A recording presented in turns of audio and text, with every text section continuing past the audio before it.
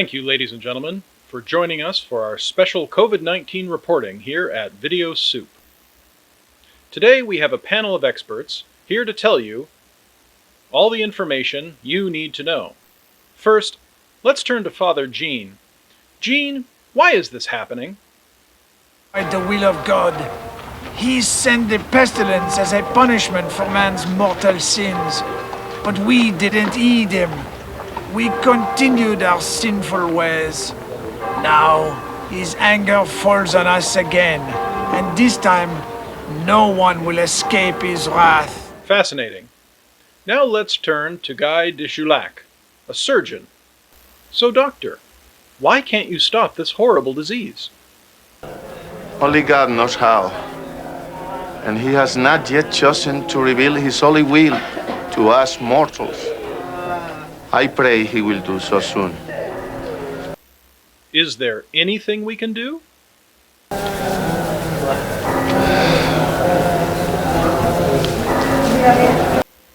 Thank you, Doctor.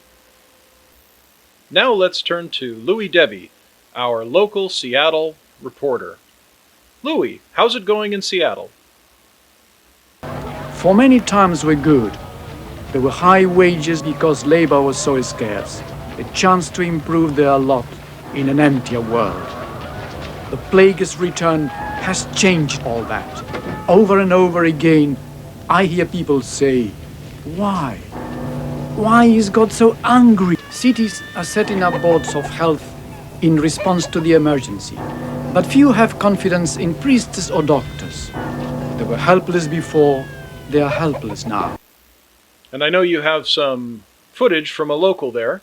Let's go ahead and run that. There are more dead around here than there are living. Maybe God plans to finish us off this time. Who could blame Him, seeing all the wickedness in the world? How is the federal government reacting to this? Up and ran to the hills when the pestilence first came knocking at the door. He wasn't much of a man. More interested in stuffing his stomach than he was in saving souls. Thank you. One aspect of this that we're all concerned about is the economy. And here's our economics correspondent, Salim Karasi. No one will bring food to the city, even if there were customers to buy it. The only merchants making a profit are those selling magic cures, herbs and potions alleged to ward off the plague. For these, people will pay any price. It's hardly surprising that people are turning to folk remedies and magic, since even here at the heart of civilization, doctors and men of God have shown themselves as powerless against the plague as their less learned colleagues in Western Europe. Now let's check in with a physician, Abdul Rahman. Abdul, where did this come from? 20 years ago, it was said to have originated in the East, perhaps from as far away as China. There were then rumors of great calamities at the far end of the Mongol Empire. Earthquakes and floods, huge storms of fire and plague that left whole cities empty, like a great cloud driven by the wind of Allah across the world. It corrupted every country it passed. Well, as we all know, the president has been doing daily presentations about his response to the growing crisis. Let's check in with our own Sibileto of Zimbabwe. Sibileto, what is the reaction to the president's speeches? I'm afraid it's just more of the same. Pray, repent, sin no more. There's nothing in his speech that will calm the fears of the majority of his people. It will just serve to reinforce the belief that the church is powerless to explain such divine displeasure. Much of the president's support comes from the middle of the country. Let's check in with Owen de Edinburgh to see how this whole thing is affecting those supporters. Before the plague, this used to be in the middle of a prosperous estate. But so many people died, there were not enough peasants to cultivate the fields, which then reverted to open country.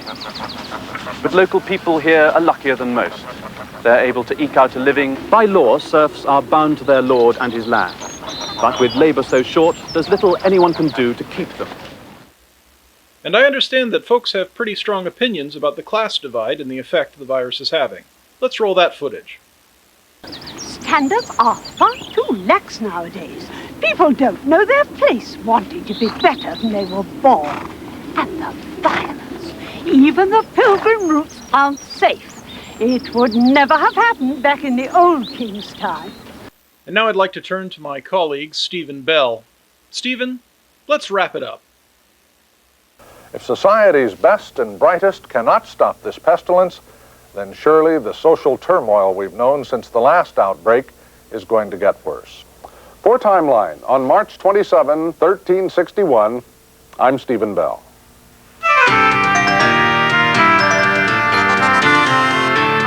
The plague, soon to be called the Black Death, would return generation after generation. Not until the 1800s did Europe's population ever get back to where it was before the plague. With church and civil authorities helpless, the Black Death made survivors question the rules under which they lived. These questions brought change. Peasant revolts spreading across Europe, the Protestant Reformation. Today, bubonic plague can be cured with antibiotics, but the world is never safe from epidemic disease. Now, as through history, society is being changed and shaped by the diseases that afflict it.